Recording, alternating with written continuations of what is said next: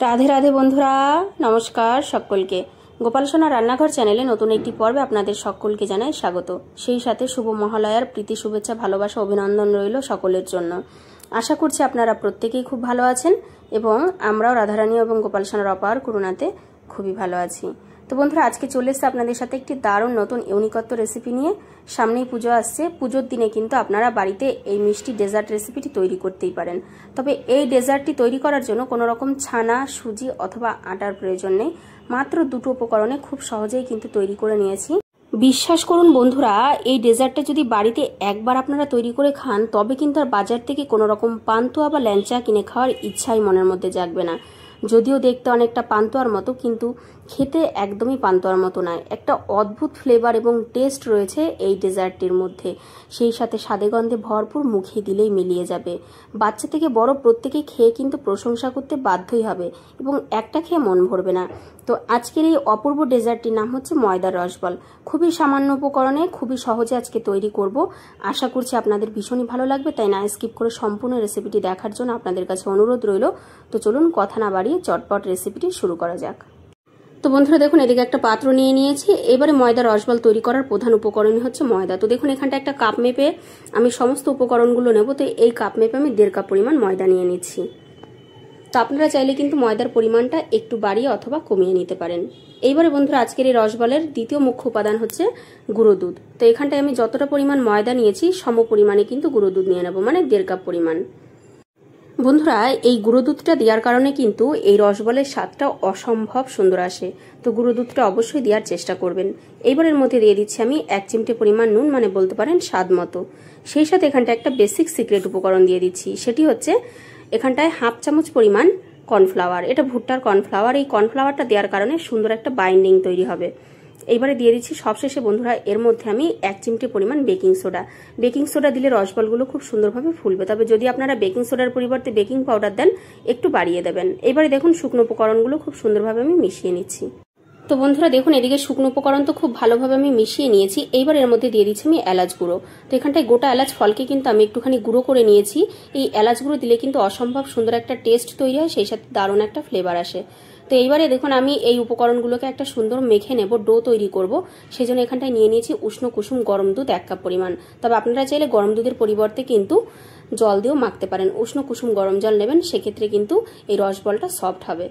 বন্ধুরা, সাধারণত রুটি লুচি তৈরি করার ক্ষেত্রে আমরা যেরকম ডো তৈরি করি তার থেকে কিন্তু বেশ খানিকটা নরম ডো তৈরি করতে হবে। তো দেখুন, এখানটায় কিন্তু পুনরায় আমি আরও 1.25 কাপ পরিমাণ দুধ দিয়ে দিয়েছি, মানে টোটাল 2 কাপের থেকে একটু কম। তো যাই হোক, এইবারে এই মিশ্রণটাকে খুব সুন্দরভাবে চামচের সাহায্যে কিন্তু অনবরত এইভাবে নাড়াচাড়া করে ঘুটিয়ে কিন্তু মেখে নেব। তো এই ডোটা কিন্তু যতটা সুন্দরভাবে মাখা যাবে তত কিন্তু এই রসবলগুলো সফট হবে, মানে এক কথায় স্বাদটা খুব ভালো আসবে। তো বন্ধুরা দেখুন, এদিকে রসবল তৈরি করার জন্য কিন্তু আমার মিশ্রণটা খুব সুন্দরভাবে রেডি হয়ে গেছে। আশা করছি আপনারা দেখেই বুঝতে পারছেন যে কতটা সফট হয়েছে এবং এই টেক্সচারে রাখারই চেষ্টা করবেন। তো দেখুন, কোনো রকম কিন্তু লাম্পস নেই। লাম্পস থাকলে কিন্তু রসবলগুলো ঠিকঠাক ভালো হবে না। এবারে এটাকে আমি 10 মিনিটের জন্য রেস্টে রাখবো, এতে করে খুব সুন্দরভাবে সেট হয়ে যাবে। তো বন্ধুরা দেখুন, এদিকে ডোটাকে কিন্তু আমি রেস্টে রেখে তৈরি করে নিচ্ছি রসবলের শিরা। তো দেখুন, একটা কড়াই বসিয়ে দিয়েছি এবং এর মধ্যে দিয়ে দিচ্ছি আমি 1.5 কাপ পরিমাণ চিনি, মানে যে কাপ মেপে আমি বাকি উপকরণগুলো নিয়েছিলাম সেই কাপ মেপে। এইবারে বন্ধুরা, এর মধ্যে দিয়ে দিচ্ছি আমি 1.5 কাপ পরিমাণ জল। আসলে এই রসবলের শিরাটা কিন্তু খুব একটা গাঢ় শিরা হলে হবে না, হালকা পাকে শিরা রাখতে হবে।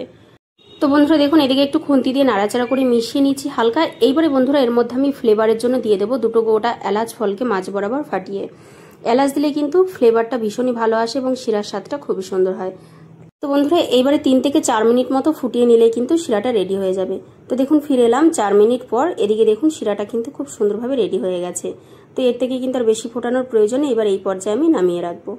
তো বন্ধুরা দেখুন, এদিকে ফিরে এলাম 10 মিনিট পর। তো দেখুন, ডোটা কিন্তু খুব সুন্দরভাবে সেট হয়ে গেছে। আশা করছি আপনারা দেখেই বুঝতে পারছেন কতটা সফট একটা টেক্সচার রয়েছে। তো এইবারে এর থেকে আমি ছোট ছোট করে লেচি কেটে গোল গোল বল তৈরি করে নেব। তো বন্ধুরা দেখুন, এদিকে আমি একটা প্লেটে একটুখানি ঘি মাখিয়ে রাখছি। এই প্লেটের ওপরেই কিন্তু আমি ছোট ছোট বল রেডি করে রাখবো। তো দেখুন, এদিকে একটা ছোট চামচ নিয়ে নিয়েছি। চামচের এপাশ ওপাশে খুব সুন্দরভাবে দুপাশে ঘি মাখিয়ে নিয়েছি। তো এইবার এই চামচে করে কিন্তু আমি একটু একটু করে এই ময়দা থেকে লেচিটা কেটে নেব, এতে করে পরিমাণটা ঠিকঠাক আসবে, মানে ছোট বড় হওয়ার চান্সটা কম থাকে। তো দেখুন এবারে কিন্তু আমি দুটো হাতের তালুতে খুব সুন্দরভাবে গোল করে বল পাকিয়ে নিচ্ছি। তো দু হাতের তালুতে একটু ঘি মাখিয়ে নেবেন, এতে করে কিন্তু বলটা পাকাতে খুব সুবিধা হবে। তো দেখুন বন্ধুরা কত ইজিলি কিন্তু তৈরি হয়ে যাচ্ছে। তো আমি সেম আরও একটা আপনাদেরকে তৈরি করে দেখাচ্ছি। তো বন্ধুরা দেখুন একইভাবে কিন্তু আমি চামচে করে আরও একবার নিয়ে নিচ্ছি ছোট্ট করে একটা লেচি। এবারে কিন্তু হাতে নিয়ে আমি খুব সুন্দরভাবে দুটো হাতের তালুতে নিয়ে গোল পাকাবো।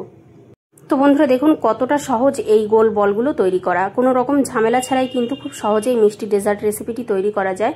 হঠাৎ করে কখনো মিষ্টি খেতে মন চাইলে কিন্তু খুব সহজেই বাড়িতে তৈরি করে নিতে পারেন, কোনো রকম ছানার ঝামেলা নেই।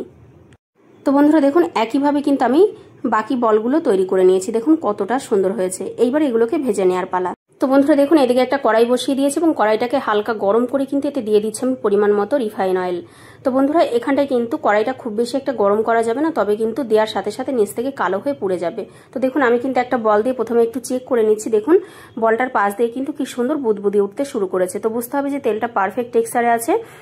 তো বন্ধুরা দেখুন একে একে বাকি বলগুলো দিয়ে দিয়েছি। এই পর্যায়ে কিন্তু গ্যাসের ফ্লেম লো টু মিডিয়ামে রেখে ভাজতে হবে। তো দেখুন একটুখানি প্রথমে কড়াইটাকে ঝাঁকিয়ে দিতে হবে, এতে করে আস্তে আস্তে বলগুলো কিন্তু ছাড়তে শুরু করবে।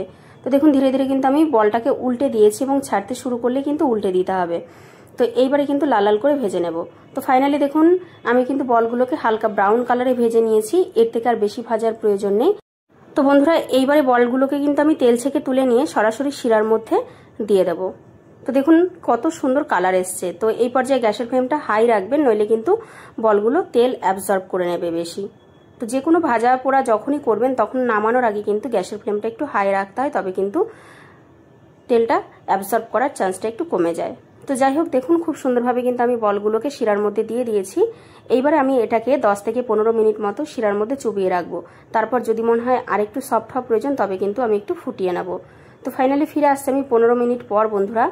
তো দেখুন এখানে বেশ ভালোভাবে নরম হয়ে গেছে, কিন্তু আমি আরেকটু ফুটিয়ে নেব, এতে করে কিন্তু খুব সুন্দরভাবে সফট হবে। তো দেখুন এদিকে একটা ননস্টিকের কড়াই বসিয়ে দিয়েছি। এবার এই কড়াইয়ের মধ্যে কিন্তু আমি হালকা একটুখানি ঠান্ডা জল দিয়ে দেব, আর খুব ভালোভাবে বলক আসবে ফুটিয়ে নেব। তো যাই হোক দেখুন এদিকে কিন্তু রসবলগুলো ডবল ডবল হয়ে গেছে ফুলে ফেপে। তো এই পর্যায়ে আমি দেখে নিলাম খুব সুন্দরভাবে সফট হয়ে গেছে, এইবারে আমি নামিয়ে নেব। তো বন্ধুরা দেখুন ফাইনালি কিন্তু আজকের এই দুর্দান্ত স্বাদের রসবল রেডি হয়ে গেছে। দেখুন আমি একটা পাত্রে পরিবেশন করে দিয়েছি। তো রসবলগুলো দেখুন কতটা সুন্দরভাবে ফুলে ফেপে উঠেছে। একটা আপনাদেরকে একটু দেখিয়ে দিয়েছি, দেখুন কতটা সুন্দর সফট হয়েছে। মুখে দিলেই কিন্তু মিলিয়ে যাবে, স্বাদে গন্ধে ভরপুর, অসম্ভব সুস্বাদু হয়। তো বাজার থেকে আর মিষ্টি কিনে খেতে মনই চাইবে না, একবার অবশ্যই বাড়িতে কিন্তু এইভাবে এই ডেজার্টের রেসিপিটি তৈরি করে দেখবেন। তো ফাইনালি আশা করছি বন্ধুরা আজকের এই দুর্দান্ত স্বাদের ময়দার রসবলের ডেজার্টটি আপনাদের ভীষণই ভালো লেগেছে। যদি ভালো লেগে থাকে তাহলে অবশ্যই ভিডিওটিকে একটি লাইক কমেন্ট শেয়ার করবেন, এবং চ্যানেলে যদি নতুন বন্ধু হয়ে থাকেন তাহলে অবশ্যই চ্যানেলটিকে সাবস্ক্রাইব করে পাশে থাকবেন। আজকের এই দুর্দান্ত স্বাদের রসবলের ডেজার্টের রেসিপিটা আপনাদের কেমন লাগলো অবশ্যই আপনাদের মতামত কমেন্ট বক্সে জানাবেন, এবং নেক্সট কি ধরনের রেসিপি আপনারা দেখতে চান সেটাও কিন্তু কমেন্ট বক্সে জানাতে একদম ভুলবেন না।